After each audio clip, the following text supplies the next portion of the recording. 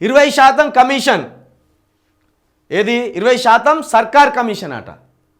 ఉదాహరణకు అయ్యా నాకు ఈ పని ఉన్నదని పోతేనట మన దగ్గర 100 రూపాయలు ఉన్నాయి, లేకపోతే ఆ పని విలువ 100 రూపాయలు అనుకో, 20 రూపాయలు ఇవ్వరని అడుగుతాను అట. కాంట్రాక్ట్ ఉన్నదనుకో, ఏదైనా కాంట్రాక్ట్ ఒక 100 కోట్ల కాంట్రాక్ట్ ఉంటే 20 కోట్ల రూపాయలు వాళ్ళ కమిషన్ ఇవ్వాలట.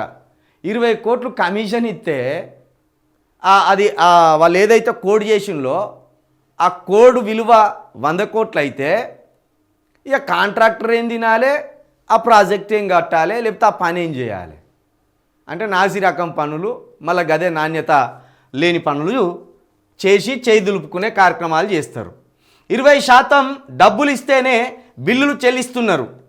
సచివాలయం సాక్షిగా కాంట్రాక్టర్ల తిరుగుబాటు. ప్రజాప్రభుత్వం అని చెప్పుకునే కాంగ్రెస్ సర్కార్ తమ నుంచి 20% కమిషన్లు వసూలు చేస్తున్నదని రాష్ట్రంలోని సివిల్ కాంట్రాక్టర్లు ఆగ్రహం వ్యక్తం చేశారు. తమకు రావాల్సిన పెండింగ్ బిల్లులను క్లియర్ చేసుకోవడానికి అంత మొత్తం ఎక్కడి నుంచి తేవాలని మండిపడ్డారు. అప్పులు తెచ్చి అభివృద్ధి పనులు చేపట్టామని వాటికి వడ్డీలు కట్టడానికి ఇబ్బందులు పడుతున్న తమను 20% కమిషన్ ఇవ్వవలసిందేనని డిమాండ్ చేయడం ఎంతవరకు సమంజసమని నిలదీశారు. ఇది ప్రజాప్రభుత్వం కాదని 20% కమిషన్ సర్కార్ అని విమర్శించారు. బడా కాంట్రాక్టర్లకు బిల్లులు ఇచ్చేందుకు డబ్బులు ఉంటాయి కానీ తమకు ఇవ్వడానికి లేవా అని ప్రశ్నించారు.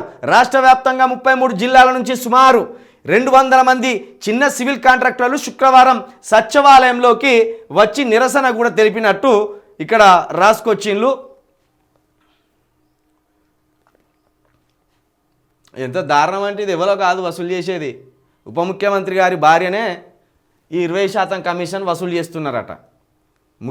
ఏది ఉప ముఖ్యమంత్రి గారి భార్యనే. ఇక మీరు అర్థం చేసుకోరు, ఆ ఉప ముఖ్యమంత్రి ఎవరో అర్థం చేసుకోరు. ఎప్పుడు ముఖ్యమంత్రి గారితో ఉంటాడు, ముఖ్యమంత్రి గారితో ఉంటారు. ఉప ముఖ్యమంత్రి గారి భార్య ఇవి చేస్తున్నదట.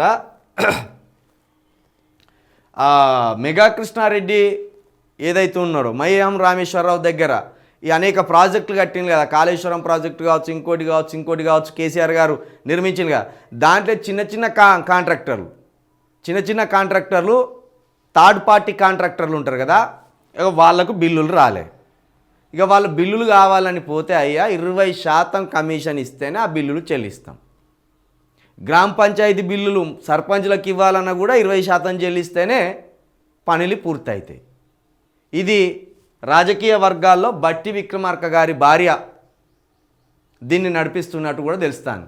ఆమె చేతుల్లోనే రాష్ట్ర ఖజానాకు సంబంధించిన తాళం చేయి ఉన్నదని అంటాను. మరి మాకు తెలియదు కానీ వారి రాజకీయ వర్గాలలో మాట్లాడుకున్న మాటలను మేము అంటాను. కాబట్టి ఇది సాక్షాత్తు ఉప ముఖ్యమంత్రి గారి భార్య మెడకు చుట్టుకున్నదని అంటున్నారు. ముఖ్యమంత్రి గారి చేతుల్లో లేదట, మిగతా మంత్రివర్గం చేతుల్లో లేదట. ఎందుకంటే ఆర్థిక శాఖ మంత్రి ఆ గల్లపెట్ట మొత్తం బట్టి విక్రమార్క గారి చేతిలో ఉన్నది. ఇక బట్టి విక్రమార్క గారు పోకుండా ఇంట్లో మర్చిపోయినట్టున్నారు. ఇంట్లో మర్చిపోయింది కాబట్టి ఇక ఇల్లాలే హోమ్ మినిస్టర్ కదా, ఆ ఇల్లాల దగ్గరికి పోతే ఇక అయ్యా బొండిగా విసికి చంపినట్టే ఎత్తుందట ఆమె. 20% కక్కాల బిడ్డ, మీరు 20% కక్కితేనే మీకు ఈ తాళం పెట్టె తీసి ఇలాకెళ్ళి డబ్బులు ముట్ట చెప్తాం. ఒక అక్కడికి తీసుకొచ్చిన పరిస్థితి. అమ్మ మహిళా దినోత్సవ శుభాకాంక్షలు అమ్మ, నీకు ప్రత్యేకంగా మహిళా దినోత్సవ శుభాకాంక్షలు. అసలు ఆ సీట్లకి వెళ్ళి బట్టి విక్రమార్క గారిని తీసేసి మిమ్మల్ని కూర్చోబెట్టాలి తల్లి. ఎందుకంటే చెవులు బిండి వసూలు చేస్తాను కాంట్రాక్టర్ల దగ్గర. ఇక నీకంటే ఉత్తమ మహిళ ఎవరు ఉన్నారమ్మా? నువ్వు ఉత్తమ మహిళవు. కాబట్టి మీకే చేతులెత్తి దండం పెడుతూ మహిళా దినోత్సవ శుభాకాంక్షలు.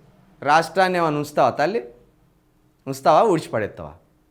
ఏదో వీళ్ళని బతికేటట్టు చేస్తావా? ఏమన్నా బతికి ఇచ్చారా?